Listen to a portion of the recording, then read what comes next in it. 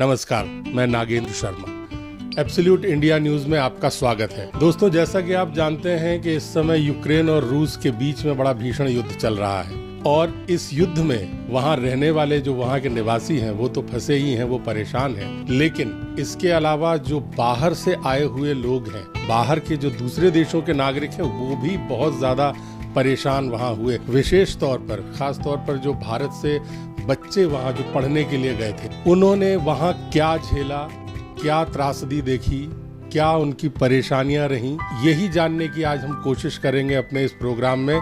तो यूक्रेन से लौटी हमारे साथ हैं शिवानी मिश्रा। आज हम उनसे जानेंगे कि वहाँ जब वो गईं तब क्या हालात थे और युद्ध शुरू होने के बाद क्या हालात रहे और उन्हें क्या परेशानियां आई। आपका हमारे इस कार्यक्रम में कब गई थी आप वहाँ पढ़ने के लिए? मैं 29 नवंबर को गई थी इस 2021 में वहाँ पढ़ने के लिए। तो आप क्या परसू कर रही हैं वहाँ? मैं MBBS कर रही हूँ, मेरी 6 साल की डिग्री है वहाँ पे।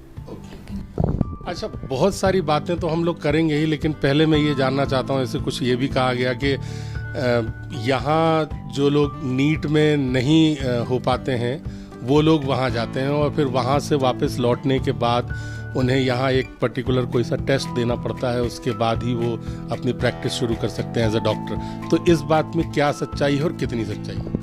इसमें ऐसा रहता है कि वहाँ पे एडमिशन आपका तभी होता है जब आप नीट अच्छी तरीके से क्लियर कर लेते हैं। ऐसा कुछ नहीं रहता है। यहाँ पे थोड़ी सी रिजर्वेशन की और सीट्स की काफ़ी दिक्कतें जाती हैं, तो उस वजह से लोग यूक्रेन को ज़्यादा प्रेफर करते हैं, क्योंकि ऐसा कहीं नहीं है कि नीट के बिना आपको कहीं भी एक्सेप्ट कर लेंगे। कहीं भी आपको नीट के बिना एक्सेप्ट नहीं करते हैं। और आपकी जैसे ही वहाँ डिग्री कंप्लीट होती है तो NMC का ऐसा है कि उनके तरफ से हमें FMG ही देना पड़ता है। जो बाहर से जो स्टूडेंट्स आते हैं तो वो FMG का एग्ज़ाम देते हैं, उसके बाद ही उन्हें अलाउ किया जाता है कि आप यहाँ पे प्रैक्टिस कर सकते हैं। अब मैं इस युद्ध की विभीषिका पर आता हूँ। जब ये युद्ध शुरू हुआ तो इसके पहले भी पता तो लगा होगा, आप लोग वहाँ रशियन अखबार ना सही लेकिन इंग्लिश पेपर होगा, टीवी में न्यूज़ आती होगी, या आपके जो वहाँ के लोकल जो स्थानीय निवासी यार दोस्त लोग रहे होंगे, उन्हें तो पता लगा ही होगा कि कुछ इस तरह की घटना होने वाली है, युद्ध शुरू होने वाला है। तो आप लोगों ने वहाँ पर पहले क्यों नहीं, बच्चे वहाँ से वापसी बच्चों ने पहले क्यों नहीं शुरू की? एक्चुअली ऐसा था कि वहाँ पे सारी जगह क्लासेस ऑफलाइन ही चल रही थी। वहाँ पे ऐसा नहीं बताया गया था पहले से कि वॉर हो ही जाएगी, होना ही है। वो ऐसा चल रहा था, उन लोगों ने हमें ऐसा बताया था कि 2014 से टेंशन चलती आ रही है, तो वो टेंशन ही चल रही है अभी, ऐसा कोई वॉर का ऐसा सीन नहीं है। फिर उसके बाद वहाँ पे एक्चुअली कोविड के हमें ऐसा बताया गया कि कोविड केसेस ज़्यादा हो गए हैं, तो आपकी क्लासेस अब ऑनलाइन होने वाली है। अब हमारा ऐसा था कि अगर ऑनलाइन होने वाली है और वॉर के भी थोड़े से चांसेस हो रहे हैं, हो नहीं सकते हैं, तो हमें निकलना चाहिए, इंडिया वापस आना चाहिए। उसके बाद ऐसा था कि एडवाइज़री में जो इंडियन एम्बेसी ने जो एडवाइज़री भेजी थी उसमें ऐसा था कि you may consider living temporarily. तो हम थोड़े से वहाँ पे श्योर नहीं थे, और यहाँ पे हमारे जो यूनिवर्सिटी वाले हैं वो हमें ये बोल रहे थे कि अगर आप जाओगे, आपकी एम्बेसी ने आपको बुलाया है, आप जाइए, लेकिन अगर ऑफलाइन क्लासेस हम करते हैं तो आपको तब वापस आना पड़ेगा। और वहाँ पे ऐसा रूल होता है, 100% अटेंडेंस का रूल होता है, और वहाँ पे अगर आपकी NB लगती है, यानी कि अगर आप एब्सेंट होते हो तो आपको पैसे भी भरने पड़ते हैं, जो कि होते हैं $200 या $100 हर यूनिवर्सिटी के हिसाब से। तो इसलिए बच्चे रिस्क नहीं ले रहे थे, और हम एक स्ट्रॉन्ग एडवाइजरी जो होती है उसका, जो बिल्कुल सर्टेनिटी के साथ आई हो, उसका हम लोग वेट कर रहे थे। ऐसा था। अच्छा, और जब ये युद्ध जब शुरू हो ही गया, वॉर जब हो गई, ये रूस ने हमला कर दिया, उसके बाद आप लोगों की क्या स्थिति रही? क्या आप और आपके जो बाकी के भारतीय दोस्त थे वहाँ, तो क्या मनस्थिति रही और आप लोगों ने कैसे वहाँ, पहले तो ये भी मुझे बताइएगा हमारे दर्शकों को भी कि आप थी कहाँ, कीव में, खार्किव में, सुमी में, कहाँ? तो वहाँ से फिर आप लोग निकले कैसे और क्या वो प्रोसेस क्या रही निकलने की? मैं एक्चुअली लवीव में थी, जो कि पोलैंड से थोड़ा सा सटा हुआ है, तो वहाँ उतनी दिक्कतें कुछ हुई नहीं है, लेकिन हो सकती थी, इसलिए हम लोग को इवैक्यूएट करना बहुत ज़्यादा ज़रूरी था। उस वक्त हमारा ऐसा था कि हम हॉस्टल में थे और या जब भी हमें सायरन बजता था, रात में कितनी भी बजे हमें नीचे जाना रहता था, हम फिर बेसमेंट में ही रहते थे। तो हमारे 2-4 दिन तो वैसे निकले। लाइक 24 तारीख को ये घटना हुई जब उनने एयरपोर्ट पे बॉम्बार्डिंग चालू की थी, तो 24 तारीख को तो कुछ नहीं हुआ हमारे लवीव में ऑफ कोर्स, लेकिन उसके बाद से चीज़ें एस्केलेट होनी चालू हुई वहाँ पे। अब हम लोग ने ट्राई किया कि हम लोग को पोलैंड बॉर्डर निकलना चाहिए, वहाँ के लिए जाना चाहिए। लेकिन जब हम लोग पोलैंड बॉर्डर के लिए गए तो वहाँ पे ऐसा होता है कि जो ड्राइवर्स होते हैं वो आपको थोड़ी दूर पहले ही छोड़ देते हैं बॉर्डर के, वो बॉर्डर पे एकदम सटा के नहीं छोड़ते हैं। कुछ होगा उन लोगों का, वो हम लोगों को उतना आइडिया नहीं है, वो ना ही अच्छे से बताया गया था। तो हम लोगों को उनने बोला था कि थोड़ी ही दूर पहले छोड़ेंगे, तो लेकिन हम लोग को करीब 30 किलोमीटर पहले छोड़ दिया उनने। तो हम लोग पोलैंड में 2 बॉर्डर्स थे, उस वक्त 2 बॉर्डर्स खुले हुए थे।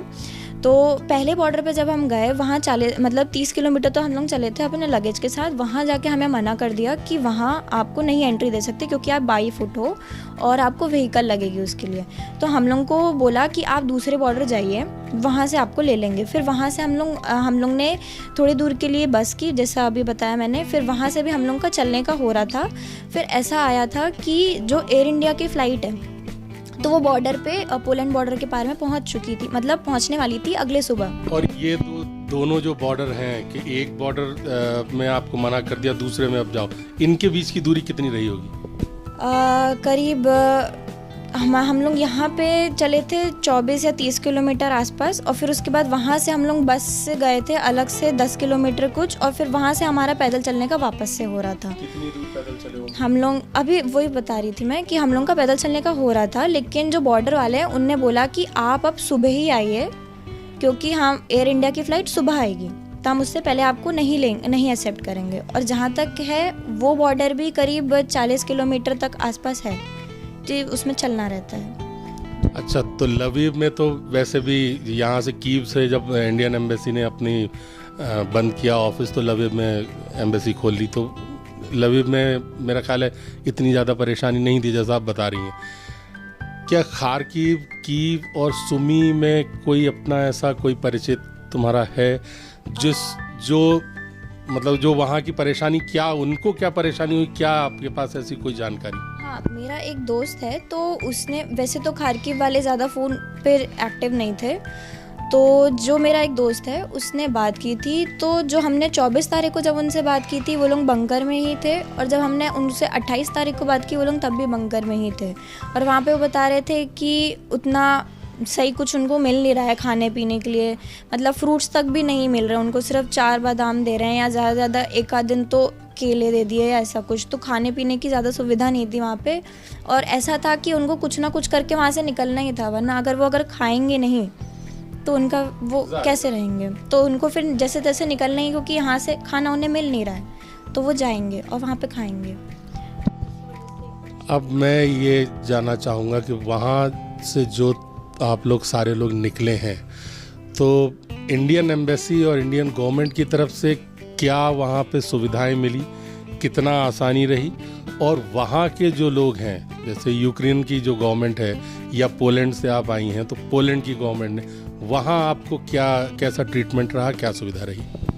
तो जब हम पोलैंड के बॉर्डर पे गए थे तो वहाँ पे यूक्रेनियन पुलिस थी, लेकिन उस वक्त जब हम सबसे पहले में हम ही लोग निकले थे, तो हमें उनने जाने दिया था यूक्रेनियन पुलिस ने, लेकिन पोलैंड बॉर्डर वालों ने मना कर दिया था कि हम नहीं आने देंगे। तो फिर हम वापस से लवीव आ गए थे उस वक्त, क्योंकि इतनी रात को ट्रैवल नहीं कर सकते। तो फिर लवीव से आने के बाद जो दूसरे बच्चे थे वो एक्चुअली कैब से चले गए थे पोलैंड बॉर्डर, और वहाँ पे बहुत भीड़ जमा हो गई थी। तो फिर उसके बाद सारे जितने भी चीज़ें जो हुई हैं, जो अभी हम देख रहे हैं वीडियोज़ में, मारपीट वगैरह सब कुछ, तो उस वक्त हुई थी क्योंकि बहुत सारे लोग हो गए थे। फिर हम लोगों ने एक्चुअली फिर ट्राई किया हंगरी बॉर्डर के लिए। मैं जो आई हूँ यहाँ, वहाँ हंगरी बॉर्डर से ही आई हूँ।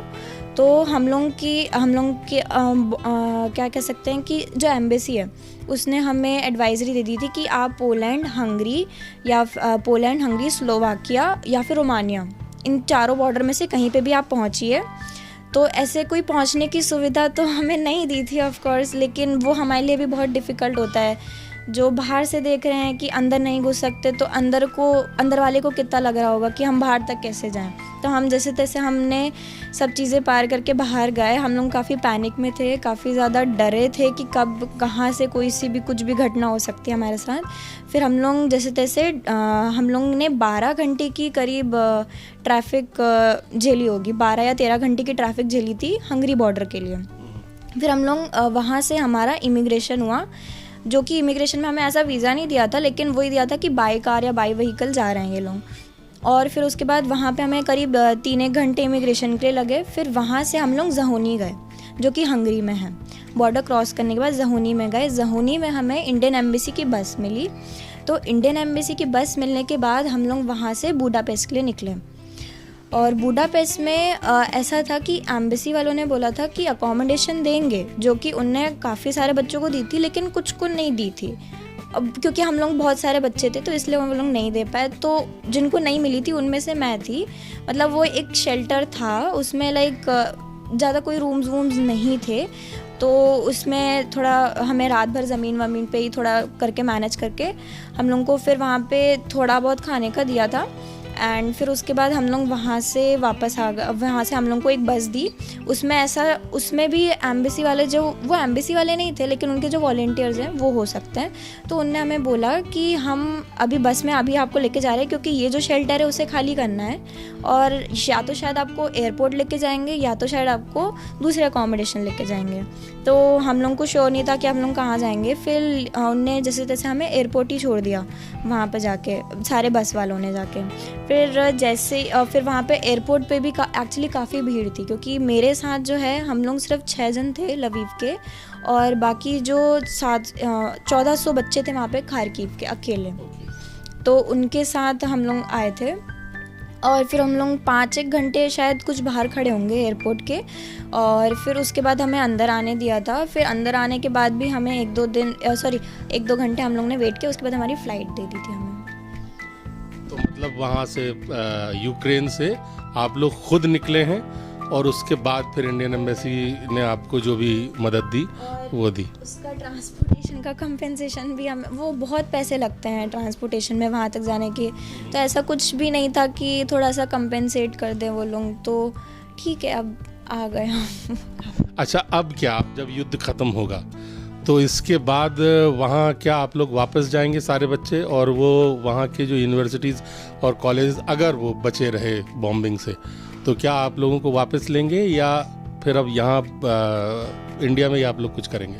अभी तो ऐसा उन लोग ने हमारे यूनिवर्सिटी वालों ने बोला है कि अभी आपकी क्लासेस डिस्टेंस लर्निंग में ही चलेगी, जो कि ऑनलाइन होती है। वो अभी अप्रैल से चालू होने भी वाली है। एक्चुअली ऐसा सीन है कि लवीव में उतना दिक्कत नहीं हुआ है, तो जो बच्चे लवीव के हैं तो उनको साफ साफ डीन ने बोल दिया है कि अभी दूसरी यूनिवर्सिटी देखने की ज़रूरत नहीं है, आपके डॉक्यूमेंट सारे आर्काइव में भेज दिए गए, आपके ऑनलाइन क्लासेस चालू होंगी। जब तक ऑनलाइन चलती है ठीक है, वरना उन्होंने बोला है कि अगले सितंबर में आप लोगों को आना पड़ सकता है ऑफलाइन क्लासेस दोबारा से चालू करने के लिए। तो वो हमारा 2nd ईयर होगा एक्चुअली। बहुत बहुत आपको मैं शुभकामनाएँ भी देता हूँ कि आप सही सलामत वापस आईं, और हमारी प्रार्थना है कि वहाँ युद्ध ख़त्म हो, आप जाएं और आपकी पढ़ाई आप वापस वहाँ पे शुरू करें और एक डॉक्टर बन के फिर यहाँ लौटें। तो ये थी शिवानी मिश्रा, और हम इनसे जाना कि यूक्रेन में क्या स्थिति इनके साथ रही, क्या इन्होंने झेला, और आज वहाँ क्या बच्चे झेल रहे हैं। Thank you for watching. Don't forget to like, share and subscribe. Follow our channel Absolute India News on Facebook, Twitter, Instagram, YouTube and website.